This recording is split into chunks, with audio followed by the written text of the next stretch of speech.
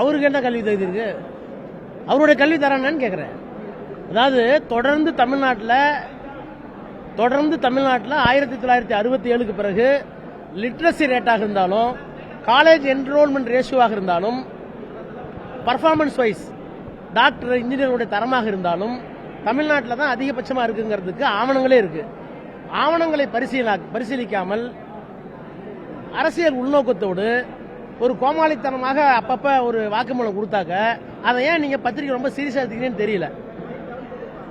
நான்லாம் இப்ப காலையில வந்து ஆளுநர் ரவியினுடைய பேட்டி ஏதாவது வந்தா நான் இப்ப படிக்கிறதே இல்லை. ஏன்னு கேளுங்க, அது ஏதோ ஒரு கோமாளி வளர்தான் நினைச்சிட்டு போக வேண்டியதான். We have to ignore.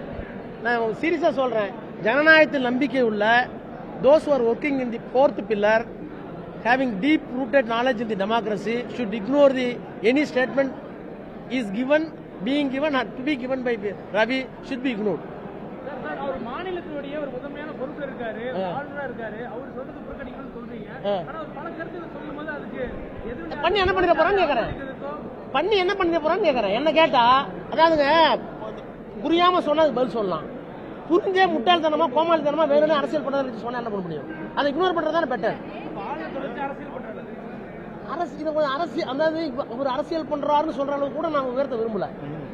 அவர் வந்து அரசியல் சட்டத்தில் சொல்லப்பட்டிருக்கிற உயர்ந்த இடத்துல இருக்கிற ஒரு சிறிய மனிதர், அவ்வளவுதான்.